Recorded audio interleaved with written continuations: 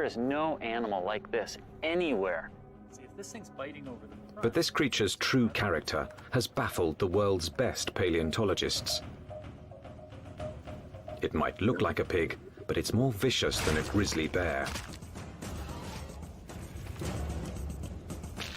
One thing is for sure, this beast was so frightening, some call it the pig from hell.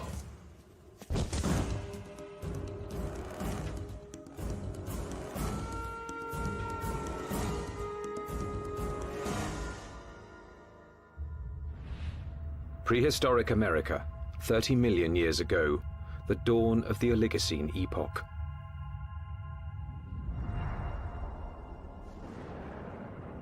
The Earth was cooling, and as temperatures dropped, the landscape began to change. In what would someday be Nebraska, Wyoming, and South Dakota, tropical forests gave way to a radically different environment. As forests disappeared, animals had to adapt to a dangerous new world of wide open spaces with nowhere to hide. A world where there was only one way to survive: run for your life. Camels become adapted for open country, horses become adapted for open country, and you have to be able to escape your predators by being fast runners. As prey animals became harder to catch, predators also had to change. In this arms race, it took speed and jaw power to stave off starvation. There were nimravids, cat-like creatures with saber teeth, which could kill with one quick bite. And the fearsome hyenodon with its lethal jaws.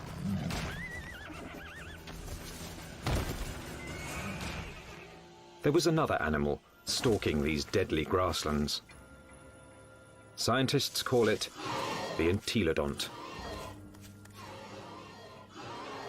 More than a meter at the shoulder, weighing in at 270 kilos, entelodont was the Oligocene's #1 menace.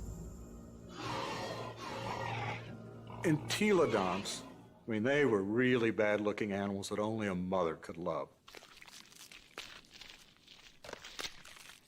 And if you were another animal on the landscape, I mean, you saw one of these things, I think you'd go in the opposite direction. Paleontologists have always looked at the entelodont's sheer power with reverence. But its behavior is one of evolution's most puzzling enigmas. Was it a pure hunter?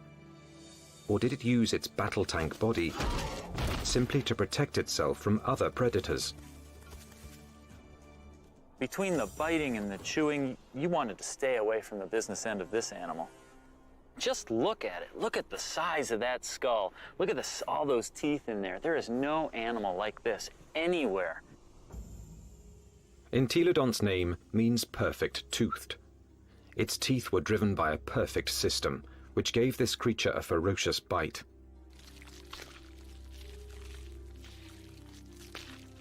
Its jaw power came from two massive cheekbones that leveraged the muscles and supercharged them, driving the deadliest jaws of its time. Jaws that could open 90 degrees and could clamp down harder than a hippo's or a crocodile's. This beast was bioengineered to bite. But what it was eating and why remains a mystery. Entelodonts have no modern relatives, no modern close relatives. So it makes it a challenge for a paleontologist to figure out how they made their living. What would an animal with such an enormous flange on its face, such enormous teeth, be eating? What was it doing? Entelodont fossils first caught the attention of scientists in the 1850s. They decided it was a bear-like creature. But then grooves in the teeth suggested that entelodonts were digging for plant roots, meaning that they literally ate like pigs. Today, scientific analysis has confirmed that the entelodont's closest living relative is the pig. But while this creature has some pig-like features, scientists have struggled to place it in any one category. In many ways, they're analogous to pigs, but they're also analogous to bears. They're also analogous to hyenas. Nobody's thought about these animals before. And there's no animal alive today that is a direct comparison to entelodonts. The lifestyle of entelodonts has provided paleontologists with difficult questions. A new generation of scientists is looking at the entelodont to determine why this plant-eating animal had teeth like a carnivore. Entelodont jaws held 4 different kinds of teeth: canines, incisors, premolars, and molars at the back.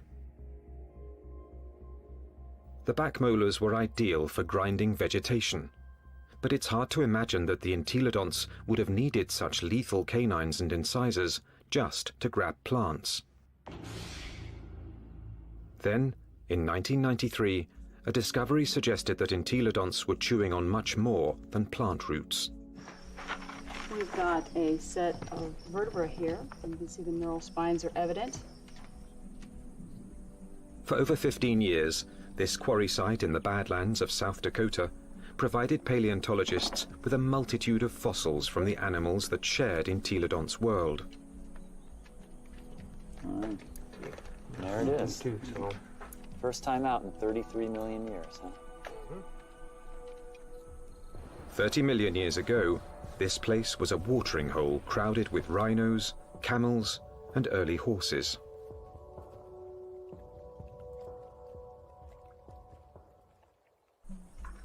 Well, we have some articulated ribs. Scientists also found one of the largest collections of entelodont bones in the history of North America. So many that they dubbed the site the Big Pig Dig. Fossil hunters also found the prehistoric equivalent of fingerprints. Entelodont teeth marks, all over the bones of the biggest and fastest animals of its time. Well, these represent bite scars along the dorsal margin of this rhinoceros skull. Well, what could make these marks? If we take an entelodont skull, we see that the premolars are widely spaced apart. So when we lay that over the top here, lo and behold, they're matching up quite well, suggesting that this animal is at least a likely candidate for biting through the top of the skull of this rhinoceros. The dig presented key evidence that entelodonts didn't just eat plants, suggesting that they were less like modern pigs and more like fearsome prehistoric predators.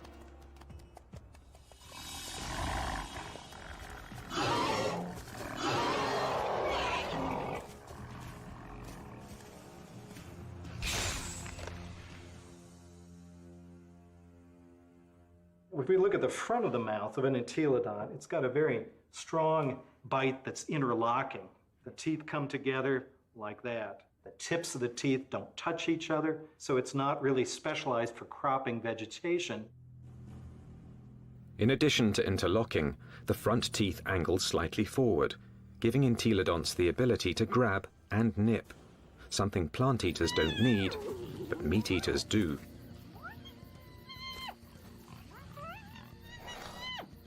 The incisors in the canines have been perfectly capable of tearing a bite out of a carcass. But dentition isn't the only reason paleontologists believe the entelodont was a dedicated carnivore. Under Wyoming's rugged terrain, scientists are finding more and more bones bearing the signature of entelodont's powerful jaws.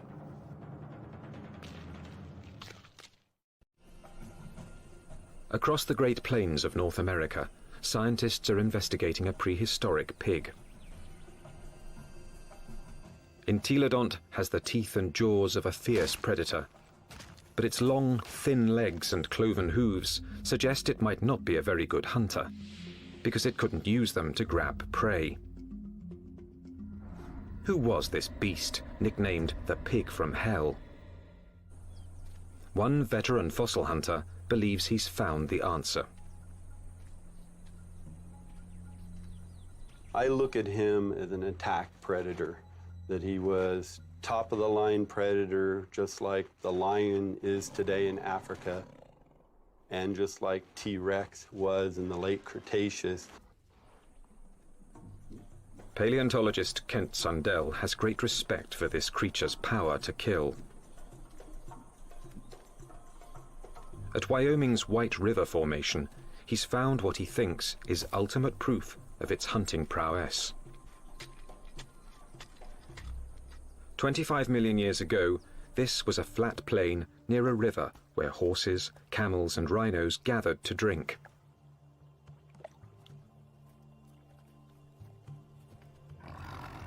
Fierce carnivores, such as hyenodons and saber-toothed cats, were also drawn here.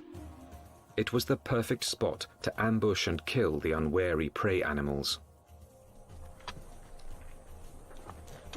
In 1998, Dr. Sundell found the mangled skeletons of 7 miniature camels jumbled together.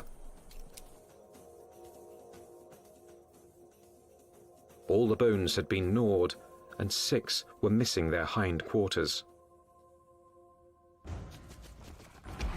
In theory, they could have been the victims of several predators, like the hyenodon or early saber-toothed cats. But when Dr. Sundell matched up the teeth from White River's meat-eaters with the bite marks on the camel's bones, only one fitted.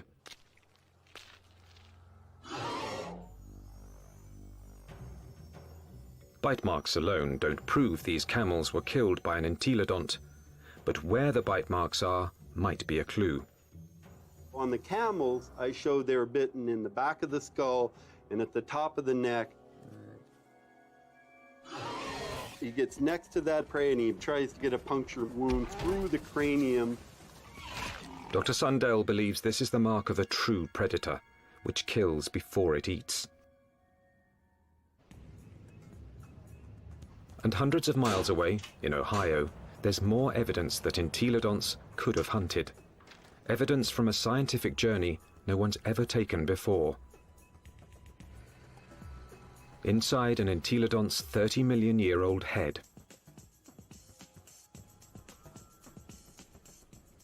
At Ohio University, anatomist Larry Whitmer uses a CT scan to electronically model the brain surfaces of prehistoric animals.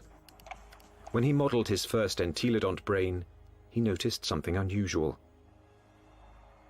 This animal's eye sockets face right back out at us. What that tells us is that this animal almost certainly had binocular vision, meaning the visual fields overlapped, which allowed them to have some depth perception. Larry Whitmer believes entelodont's eyes help to identify it as a predator. There's a decent chance that this animal has binocular vision as a predatory adaptation, to actually spot prey and actually judge their distances, which you might actually expect an ambush predator to have. So it could actually jump at the right speed and the right distance in order to capture its prey.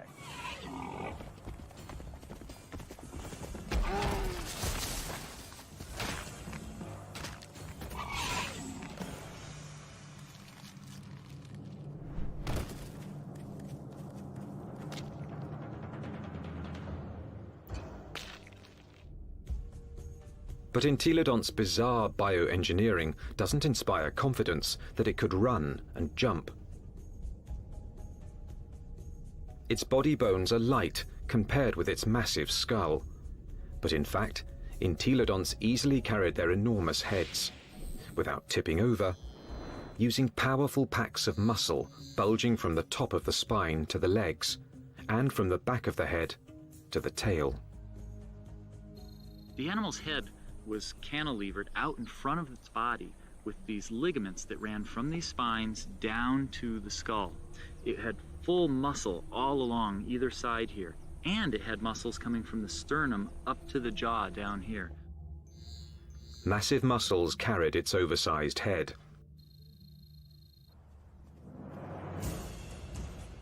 But to bring down a camel, it would also have to run fast. And that's when the entelodont's agile, lightweight body may have paid off. There's just one problem. When a predator catches its prey, it relies on its claws to grab it and bring it down.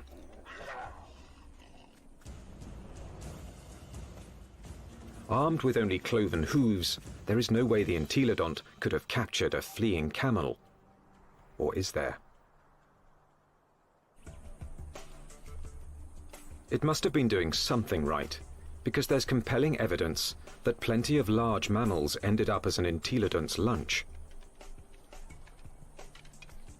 Well, it looks like there's a lot of bones coming out along here, and right here we have a really large limb bone. And we found evidence that entelodonts have bitten into all sorts of bones, including rhinoceros bones. They've been biting into camels. We found evidence that they were biting into the long bones of rhinos. The bite marks that we see are these two. This would be... Kent Sundell believes White River's camel skulls reveal how a cloven-hooved predator captured its prey.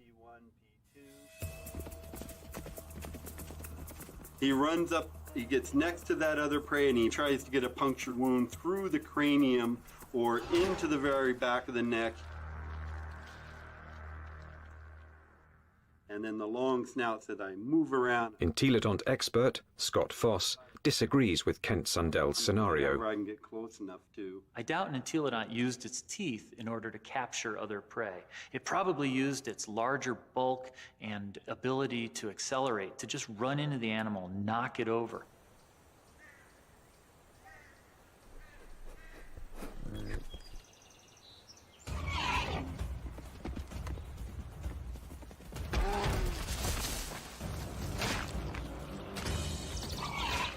Once I had that animal knocked over, then the teeth can go into business, then the jaw goes into business, and it could crush whatever it went into.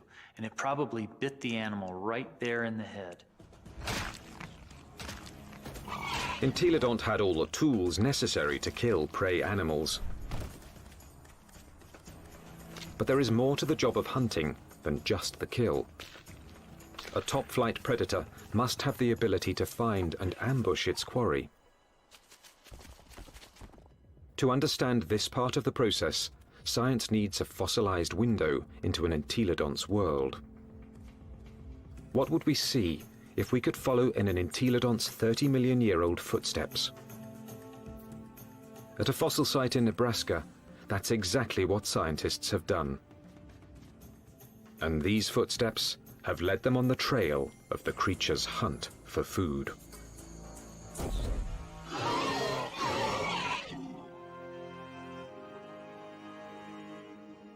Northwest Nebraska, home to Toadstool Geologic Park, one of America's more remote tourist destinations, and a treasure trove for anyone fascinated by life's ancient past.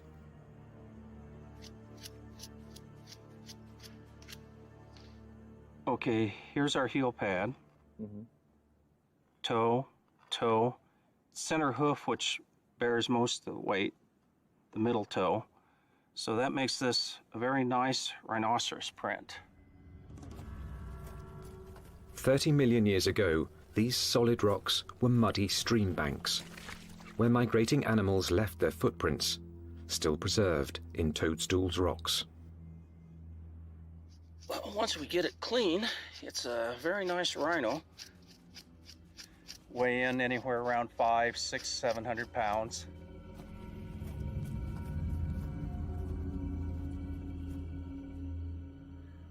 Dave Nixon has spent over 25 years analyzing the fossilized animal tracks of Toadstool Park. So on the first slabs over there. He pours water on 30-million-year-old tracks to make them more visible. He can then interpret the animal's behavior. And he's walking at a deliberate pace, but not excited until he gets to this point. He starts to become stuck in the mud, and shows quite a bit of emotion here because he really kicks, lands here, and he's out of the mud, but he puts another leap in, and the third bound takes him out of our exposure, and we're seeing excitement, if not fear. And if you're a herbivore, somebody always wants you for lunch. The rocks reveal that something was following the rhinos. We also have some smaller tracks. They look really tiny until you realize they're the tips of the toes. And what we have is an entelodont. The entelodont tracks at Toadstool Park give experts like Dave Nixon an unparalleled opportunity to understand how these creatures might have hunted. Because on that day, 30 million years ago, entelodonts weren't the only animals following the rhinos. And we have a set of carnivore tracks over here. These are smaller, and there are some claw marks on the inside. And we have another set right here. That carnivore may have been a hyenodon. 30 million years ago, hyenodon was one of the top carnivores in North America. Its powerful jaws could pin down any prey animal. Then its razor-like teeth would finish the kill. But it also had the patience to track the prey over long distances. The carnivores are following the herd animals who go through first and fairly close. They'd be relatively on the heels of the group.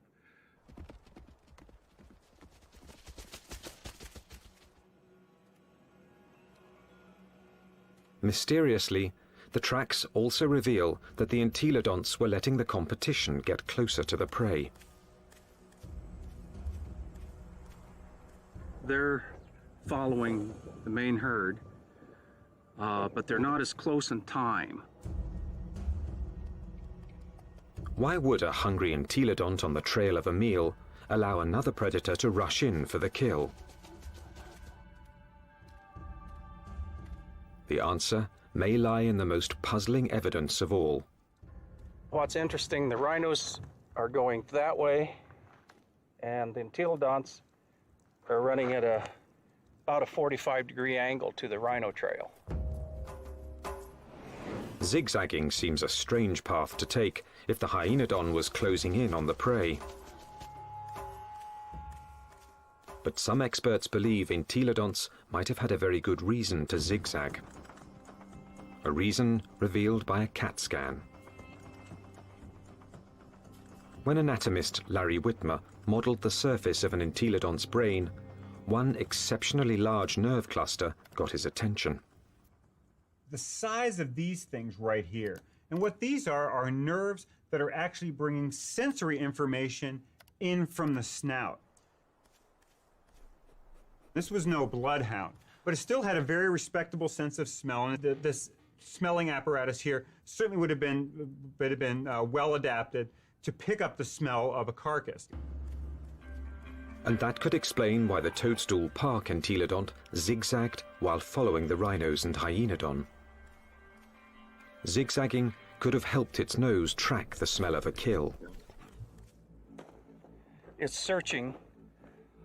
If, say, something's here or here, as you go around it, as the wind brought the scent to you, you'd be able to basically triangulate in on it and go find it. So if the wind's from this direction and you're upwind, you'd miss it. But as you came this way, you'd be downwind and catch it, and you could double back.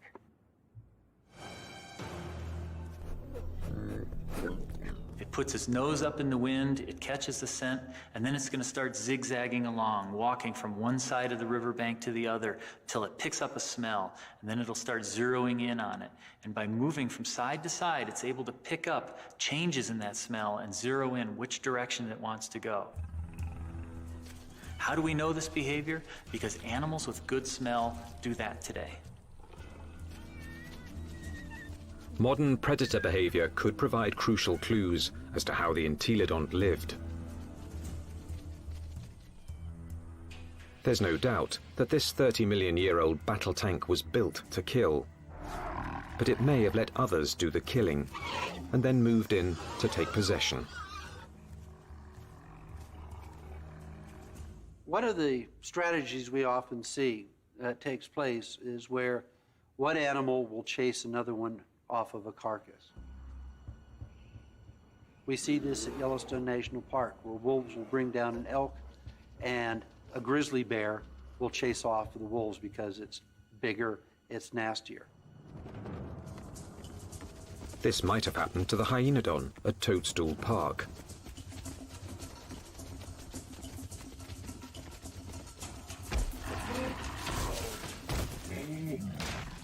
The hyenodon has run down and killed an exhausted rhino and is feasting on the carcass, until the pig crashes the party. The razor-jawed beast goes from fearsome predator to underdog. The hyenodon might get in a few blows,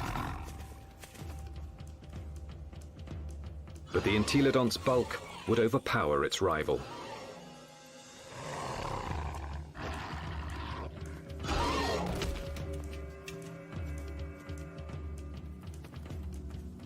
Entelodont had the tools to take any carcass it wanted.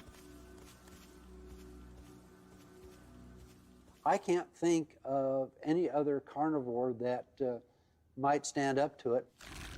Some experts argue that this is the true secret of the creature's success. An entelodont could hunt, but it didn't need to be a full-time predator. Instead, it let true predators do the hunting and killing, and then stole the fruits of their labor. Stealing food from a hyenodont, even if it meant getting into a battle with a hyenodont, would probably take a lot less energy than having to hunt for food and kill food on its own. If scavenging was its lifestyle, the entelodont's complex bioengineering doesn't look so strange. Entelodont had the eyes of a hunter, the nose of a scavenger, the front teeth of a meat-eating carnivore, and the back teeth of a plant-eating herbivore. It may have evolved from a plant-eater into an omnivore, a creature that could eat whatever was available in a radically changing world. And so in reality, what this animal ate was anything it wanted. That's part of the reason why these animals were as successful as they were for as long as they were on the planet. The entelodont's success was about to be tested by an ever-evolving planet. The Earth was growing cooler, and the landscape was changing. Some of the entelodont's fiercest rivals would not survive, but the pig from hell was about to show it could withstand the test of evolution by getting bigger.